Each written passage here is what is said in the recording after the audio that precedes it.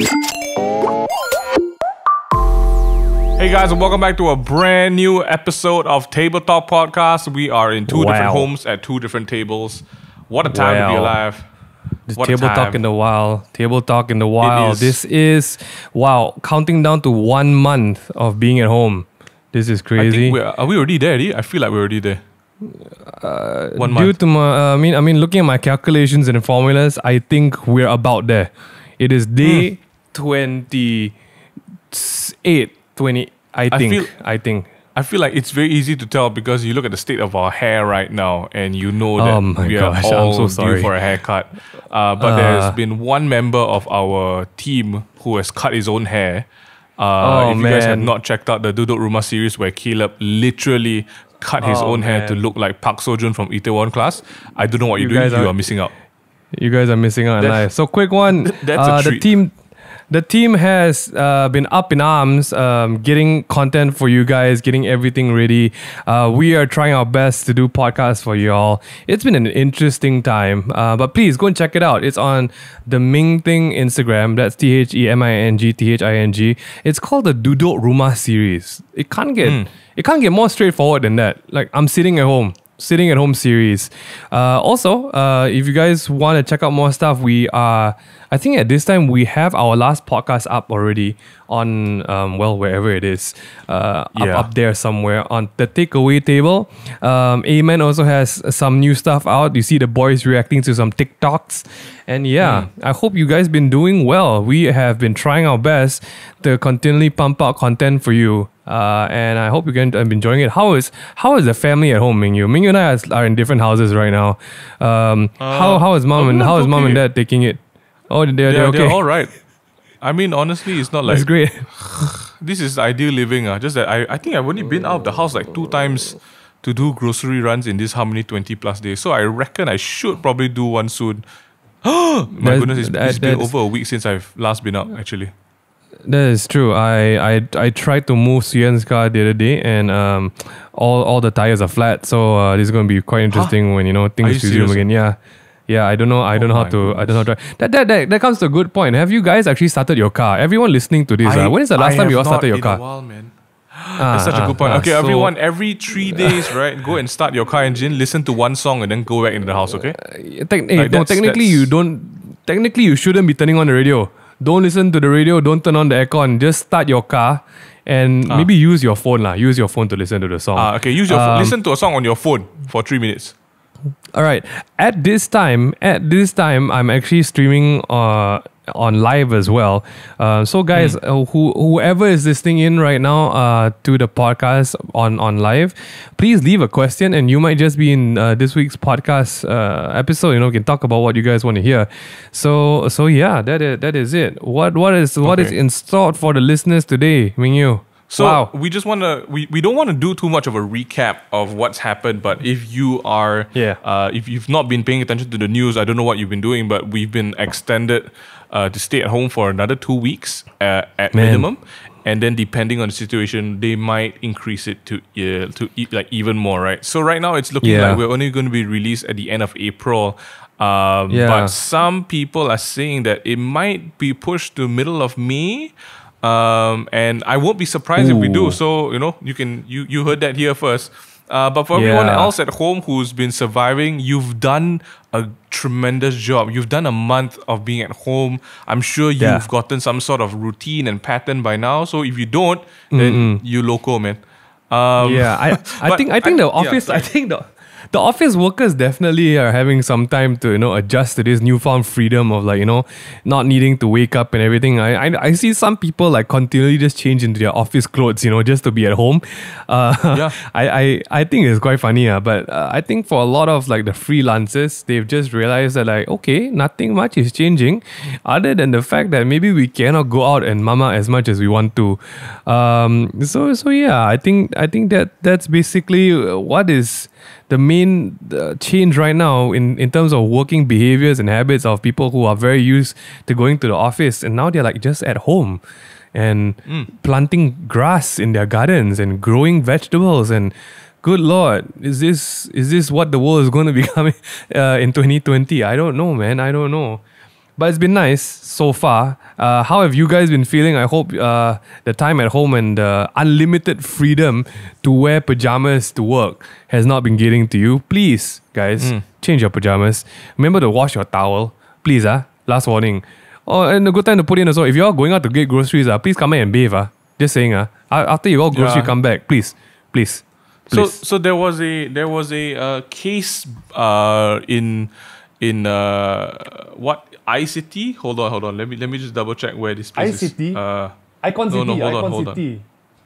Is it Icon City? Yes, Icon City, not Icon ICT. City? Yes. So Icon City Icon City management has released a statement saying that someone has unfortunately contracted the coronis. Because, I mean, this person has not gone out or anything, but unfortunately it's because of food delivery. So just a shout out to people who are ordering food, myself included. Please be extra careful. You can sanitize your bags and your food before you kind of put them to your mouth. And so, I mean, staying at home is important, but it's also not enough sometimes. So just be extra careful about you touching your face.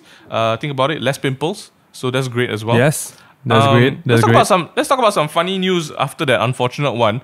Minghan actually shared with me a post a couple of days ago, which actually is started from a while back. So everyone's playing Animal Crossing now on the Nintendo Switch. Okay. You might need to run through. You might need to explain to people what Animal Crossing is. Just saying. Okay. Other than the fact that it's a rock. Animal Crossing is basically a game where you are a human on an island that is completely deserted, and so you go to the island with a couple of animals, some tanukis who look like raccoons included. There's a main one called Tom Nook. You're gonna like him very much, and then also a couple of residents. The funny thing about Animal Crossing is you are the only human on the entire island, and in the entire game that is a non-animal. All your residents, all your friends, all your neighbors, all the shopkeepers are all animals.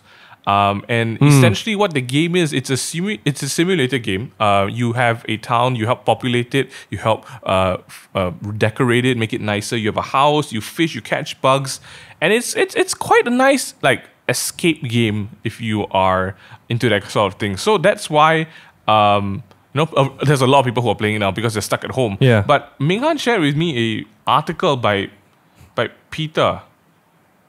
Yeah. It's a ridiculous article. I don't know. I'm looking at it right now. A vegan's guide to playing Animal Crossing New Horizons. It's almost as if you can hear some kind of Chinese anti-vegan on the other side trying to convince their kid not to play video game, but somehow it got into this. But honestly, I don't think it's a Chinese auntie. But yeah, please let's do the honor of reading some highlights from this article. Because Mingyu is an avid Animal Crossing player. So tell us what you feel. Go for it. So the first one is fishing in Animal Crossing vegan. Fishing isn't vegan, so you shouldn't fish in real life and in the game. I don't know what to feel about this because fishing is it's one of the main ways to earn money because you catch fish and you sell them and you put them in a museum.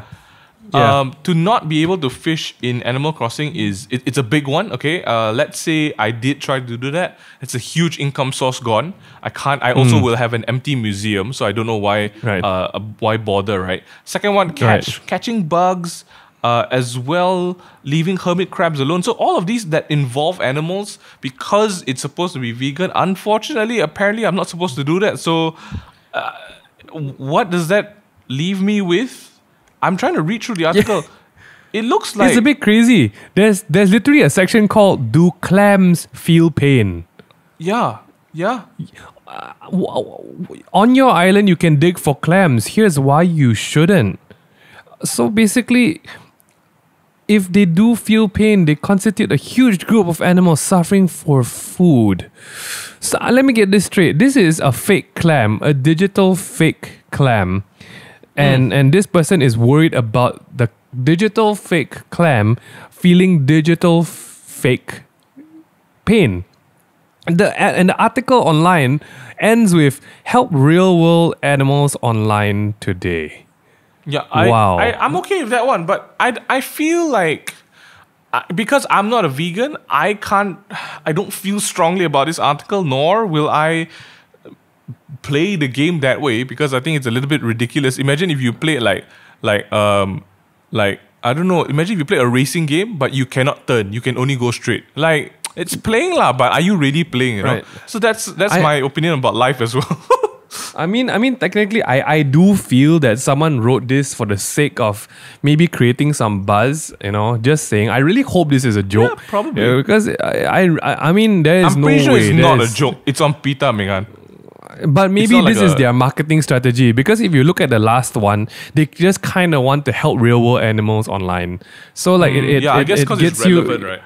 Yeah, so this is the only relevant thing, because like they make comments even about like one of the character who is an elephant, and good lord, like elephants in real life like to roam in big open spaces, but because of humans capturing them and confining and abusing for entertainment, these magnificent animals are forced into a lifetime. This is a bit much, guys. These are fictional characters. I'm not sure. Exactly. So it's either this person who wrote it did not do any research at all, and it's just a very flamed up vegan, or this is definitely an amazing marketing tool. They definitely did a lot of research on this one. It's just that I feel like it's coming from a very unnecessary place. Hey, that's that. If any of you guys are playing Animal Crossing, let us know in the there's comment sections, or you can message us on Instagram. Man. And if you want, I will come and review and visit your island. And I don't know, maybe we'll do a Duduk Rumah series about me just visiting people's islands and just kind of like talking smack about your island. And if you want me to rate your island, let me know. I'll do that. Moving on. What else? So today we want to talk about life. I mean, like our PM said this, and I think everyone agrees that life will never be the same after this, right? Because it's looking like the economy downturn is beginning. Things are going to be difficult and different. So this is the new normal. And I think that phrase has been pushed around a lot. The new normal. Yeah, what's the new normal? I think what we want to talk about today, slightly in that context, is in the aspect of work and businesses. Being a small business owner ourselves, this whole thing has definitely affected us in more ways than one, and I feel like it's been talked about quite a bit on the social media platforms. Like, people have been talking about how businesses are affected and even their personal lives, right? And so maybe we could kind of chip in a bit and share with you guys what it's like to be business owners in this situation, as well as how you can help business owners in your own right. So yeah, I mean, Minghan has talked about helping out businesses in a previous episode, and he's even posted up about it, right? I mean, there are posts online. I'm glad like that thing kind of like sparked off some of our friends as well, sharing about local businesses and stuff. Like there have been a few people who shared the post as well, just to like, hey, if you own a local business, leave your business in the comments, talk about it. And I think the response was pretty amazing. But the reason why we do stuff like that is because you need to understand that your global crazy big franchises like McDonald's or Nike and stuff like that, these guys aren't going anywhere. They have enough resources and like I think backup plans, and I think they basically like these brands have enough to figure out their life in like this year, right? And they have the ability to like cut workers and everything and close down stores. But if you're talking about your local friendlyhood like Kai Fan man who only has himself, his pair of hands and his knife and the chickens in his in his store, he doesn't have a plan B. He doesn't have a myriad of like 50 workers who can maybe run out and deliver your Kai Fan to you. I mean, I know there's one Kai Fan shop who can do that, but these are the local businesses who don't have a plan B. And I think helping these guys, you guys are definitely seeing like an increase of this online today.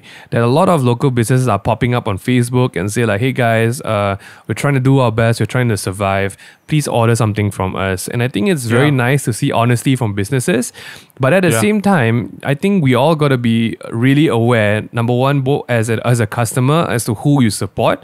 Because I know that everyone's business needs supporting, but at the same time, there's only one of us. We all have one wallet, right? For example. Yeah. And number two, as business owners, this is maybe something that we're going to talk about more. As business owners, are you actually ready for the social media influx? Especially for people who have never brought their business online and asked people online to like, hey, help us out, you know. I know there are many of our friends who have started their business online, so they are very geared up to receive orders, to like have a sudden surge of orders and everything. But I think there have also been cases where, like, I mean, when you talked about before this, before we came on the podcast, that there have been people who have not been able to keep up with the orders.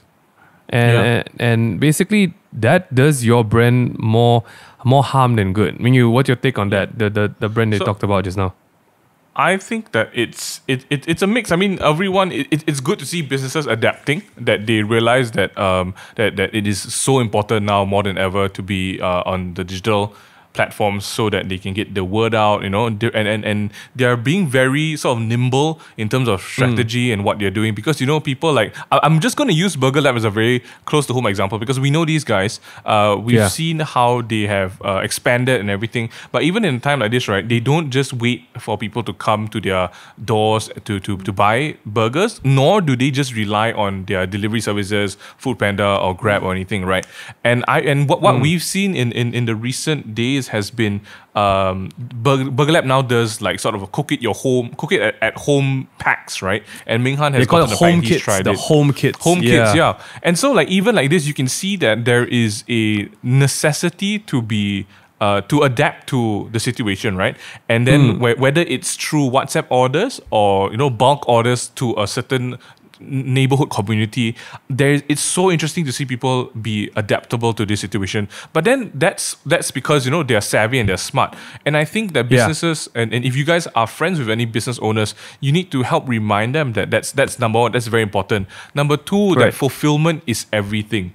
Right? In no point you go and boost a post on Facebook and you tell people, okay, no, I need y'all to buy this from me. I have 100 packets of chicken skin and y'all just gotta buy that shit, right? But then at the end of the day, you don't respond to any of the orders. You don't answer questions, and you can still update your personal Instagram and, you know, play games and everything. Obviously, it shows that you don't care, that you're not taking matters in your own hands, and you're asking people to help you when you don't even want to help yourself. And it's just something that I feel is we could definitely use a better way of managing that. For us, like let's flip it over to ourselves, right? To maybe give you guys a personal example. So I'm sure you guys realize by now that we have a team and we have a company, and technically as a video production company, you can't make videos and you can't produce videos if you can't go out the house and shoot. So that's technically what's happening now. And so a lot of the projects and campaigns that we've had lined up for this quarter or this couple of months have unfortunately needed to be postponed. And so we could just sit at home, cry about it and try to apply for a subsidy or, you know, not do anything and just start firing people. But I think we as a team, not just the management, but as an entire team, we asked ourselves, what can we do despite that, right? And so that's why we are doing a lot more sort of like digital online work. Even our production company is now doing a sort of like assets for digital campaigns, and our agency company Blank Slate, you know, we are. It's actually, it seems more busy than normal, but that's how we've needed to pivot, because if we all just kind of like threw in the towel and said, you can't do anything, just wait until we go back to office and everything goes to normal, then really you're not doing anyone anything lah. So that's I think that's a terrible mindset to stay in and live in, especially in this sort of like situation. Yeah, I think we are all being tested right now to how well we can actually navigate the digital space, because I told the team like, hey, we actually started from home. We recorded videos from home. We should be fine. And it's how any brand or any team right now innovates what their product is to people. Because hey, food is still food. You know, no matter what happens, people still need to eat. People still need to rest. People still need to, you know, I do believe it is in these times where people need to be entertained. I feel that this is where a lot of artists and creatives, you guys actually hold a lot of power to relieve people's stress, to make them think about something else other than what's happening. And there's always a way to figure it out. I think a lot of brands are doing the home kit well, but that home kit does not really work for every brand. You can't just that brand seems to be doing it, I better hop on board and do it as well. And you don't realize that these guys have central kitchens. These guys have people who are packing stuff for them. You can't simply do that. And we all want to help each other. We all want to make sure that we all get through as homegrown brands, because we are the ones who are getting hit the most.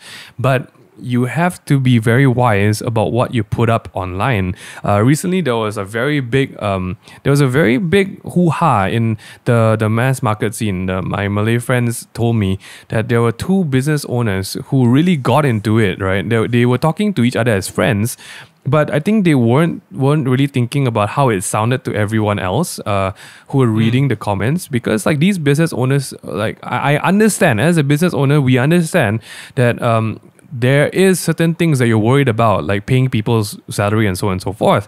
But the way they presented it was like, wow, my problem is so much, I cannot pay this because there's nobody buying this and that.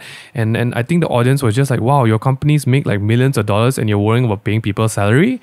How can you worry about that? I think as a consumer, we're all consumers as well. This is the part of this pandemic that we're going through, that I think it would be wise to understand that there's a lot more workings at the back of any company that goes on that we don't know about. And the only thing that we can really help with is like, okay, can I afford to purchase my products or my produce or my resource from you instead of where I usually go to?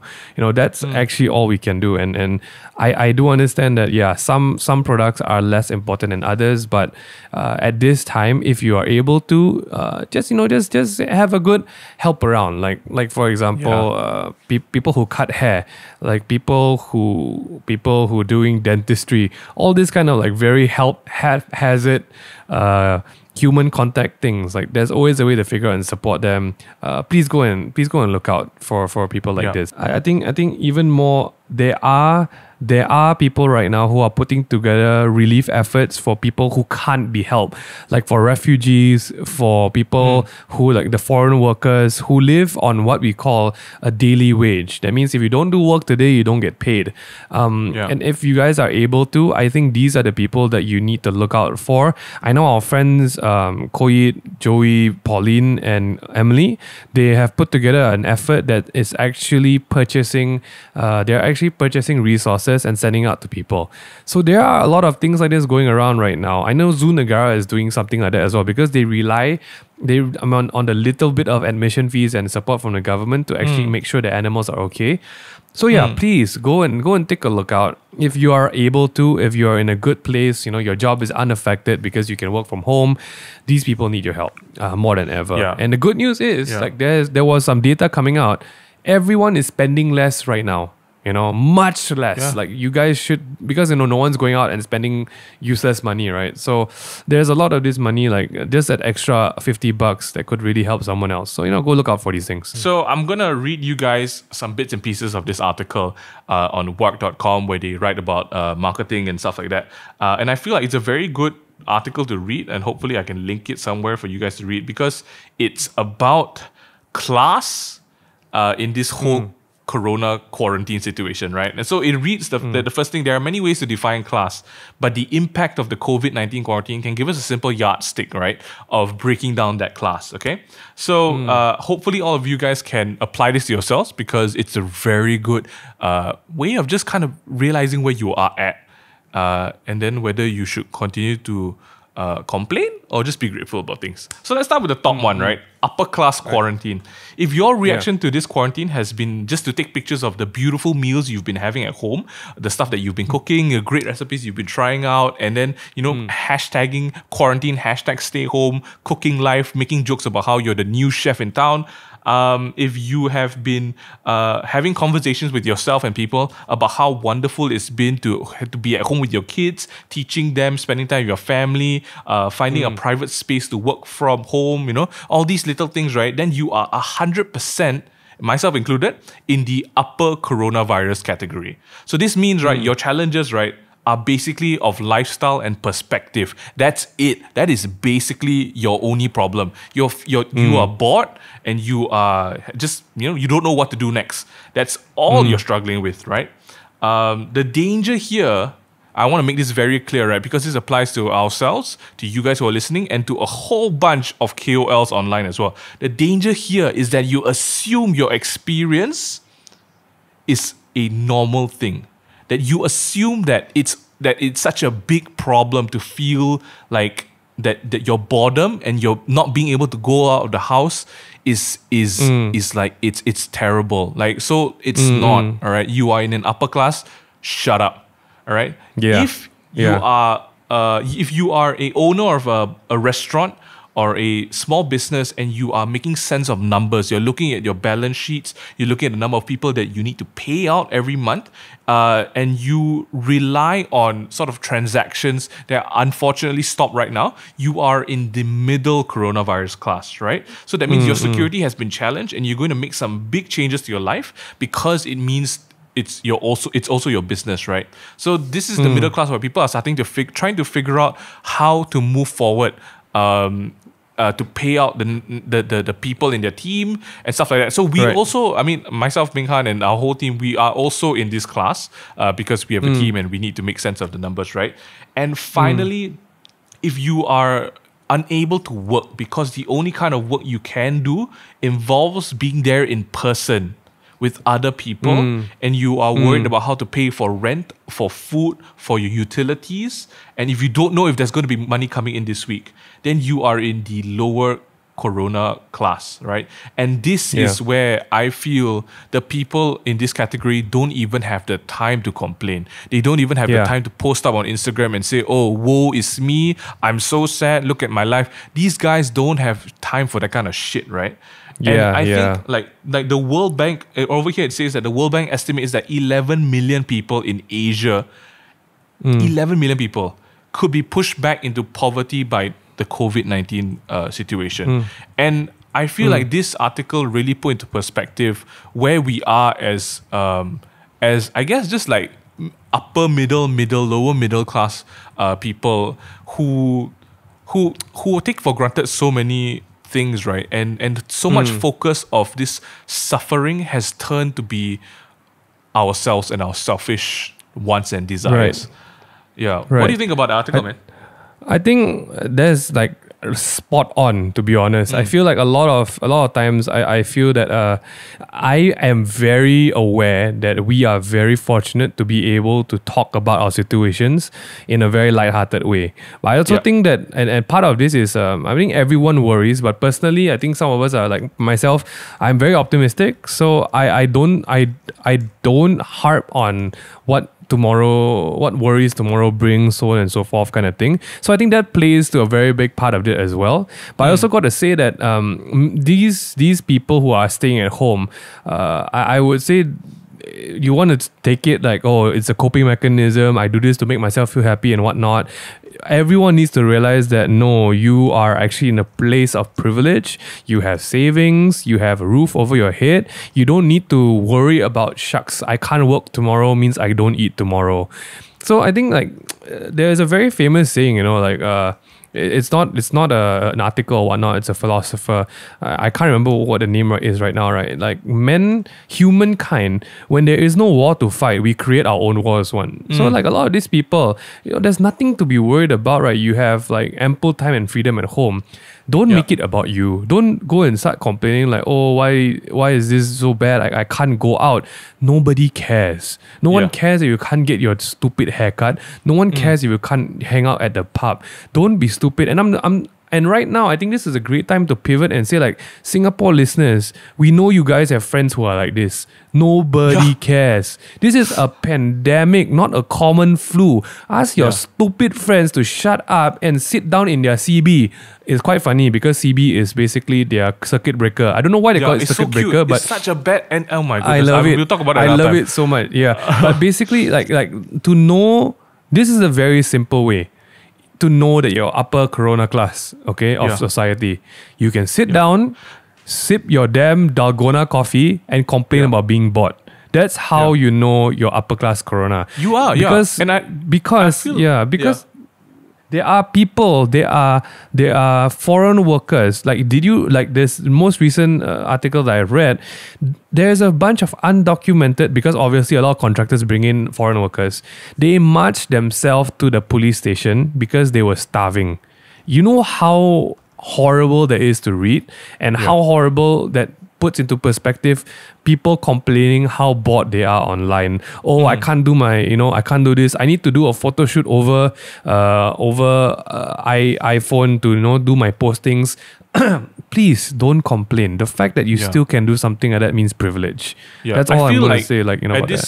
At this point, right, I want to challenge you guys as listeners and viewers of a Tabletop Podcast, which also, really includes ourselves, right? That the next time you see an influencer whining, or you see anyone, even Malaysian or not Malaysian, the next time you see a post going up about how they have it hard because they have nothing to do and they're losing their mind, I want to challenge you to challenge them, right? Because this challenge, like you could challenge yourself if you're feeling like that, right? My challenge is for you guys to ask them and ask yourselves, like, is it really such a terrible situation? Like, you are alive, and what Minghan said stands true, right? That really there's so much to be grateful about.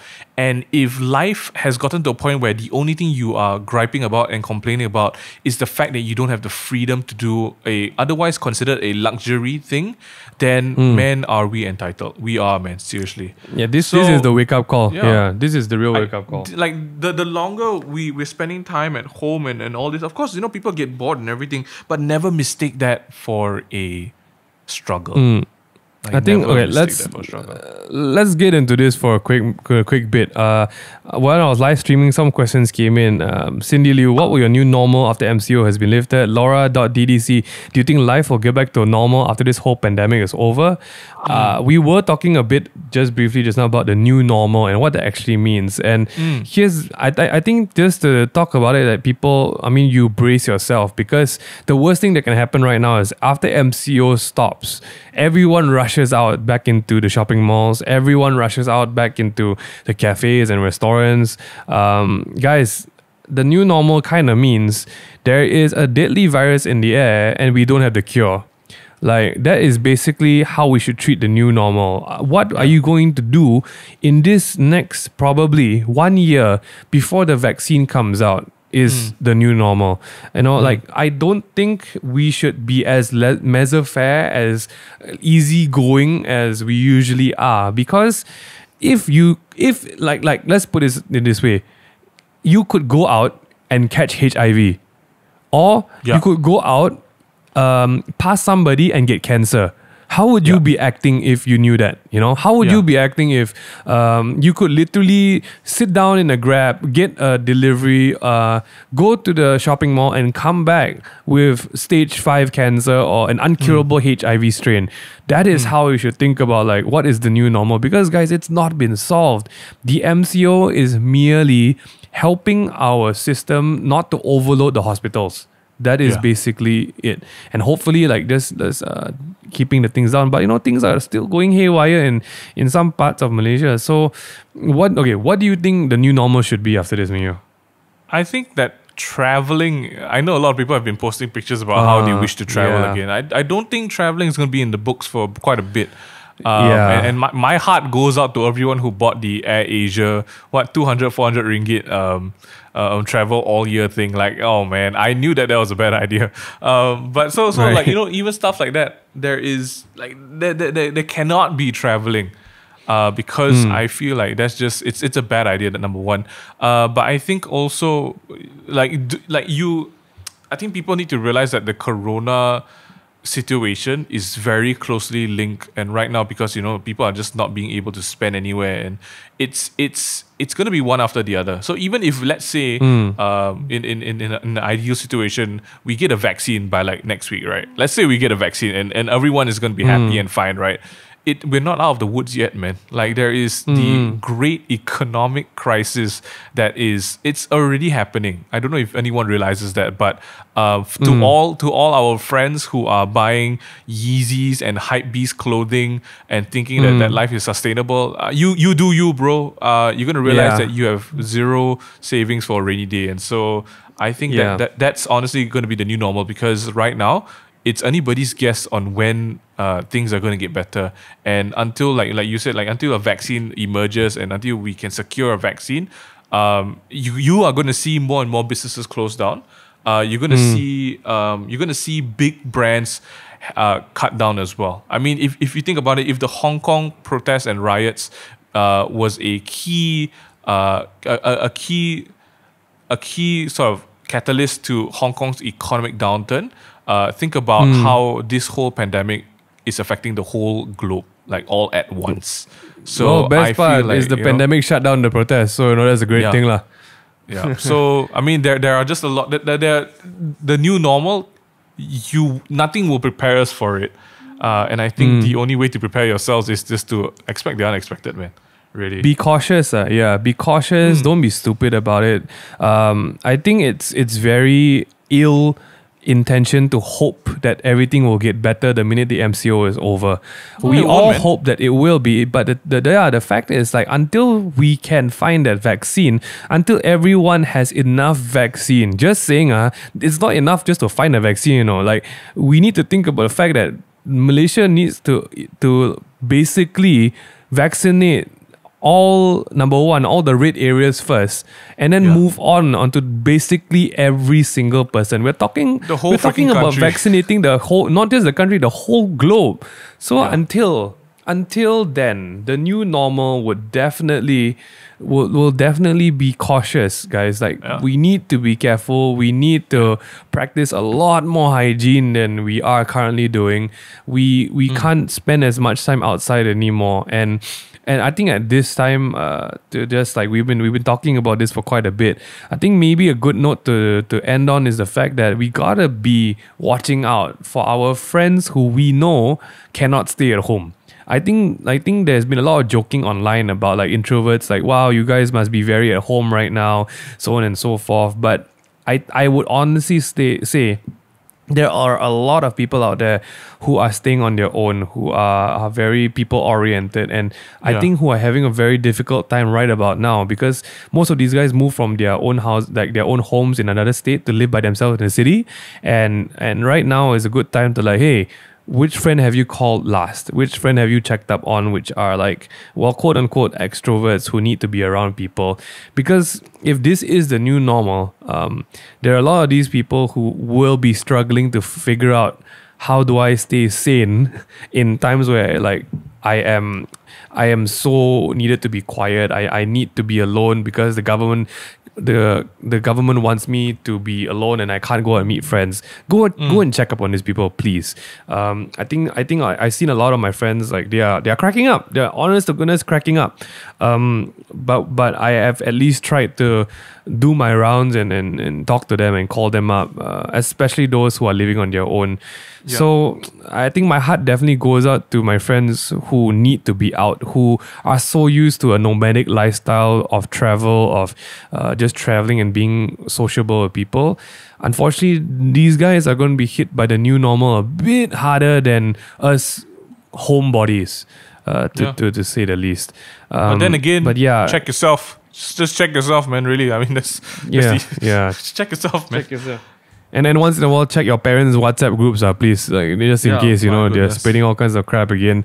But any ending notes when what do you think about the situation? I feel like this episode has been quite a what we can do and what's next. I mean, it's never too early to prepare yourself, right? And I think if you can't prepare yourself in terms of like the physical logistic situation, you can definitely prepare yourself mentally. And I think starting with a mindset of being grateful is a very powerful place to be, because when you then realize how much you cannot have, you won't feel like you are lacking, because you know that there is many things to be grateful about. And hopefully this podcast leaves you all with that that reflection, really. Yeah, they pretty much hit it on the head. I hope you guys have been doing good out there. Please stay clean. And as usual, every time we talk to you guys, when is the last time you cleaned your handphone? Please. Oh my goodness. Clean your handphone, wipe your switches, wipe your doorknobs, and just, please wash your hands. Okay, guys? It's been a great time talking to you guys again. I hope you guys are okay with this new kind of like table talk in the wild format. Props to the team, making all these things happen. And yeah, stay in touch. Tag us if you're listening. Please share your thoughts with us so we can share it with the rest of the world. And if you have something good and positive to say, drop a message and we might just share that too. That's about it from my side. Mio, why don't you end it, Mio? Why don't you end it? If you guys want more Table Talk, make sure you check us out on Spotify and YouTube. There's tons of video there for you guys. And if you want more content over this quarantine season, make sure you check out the Ming Things Duduk Rumah series. There's going to be new videos almost every other day. And so, there's going to be tons for you guys to check out and watch. Stay safe. Don't dig your nose. And we'll see you guys in the next one. Bye. Be thankful, guys. Goodbye.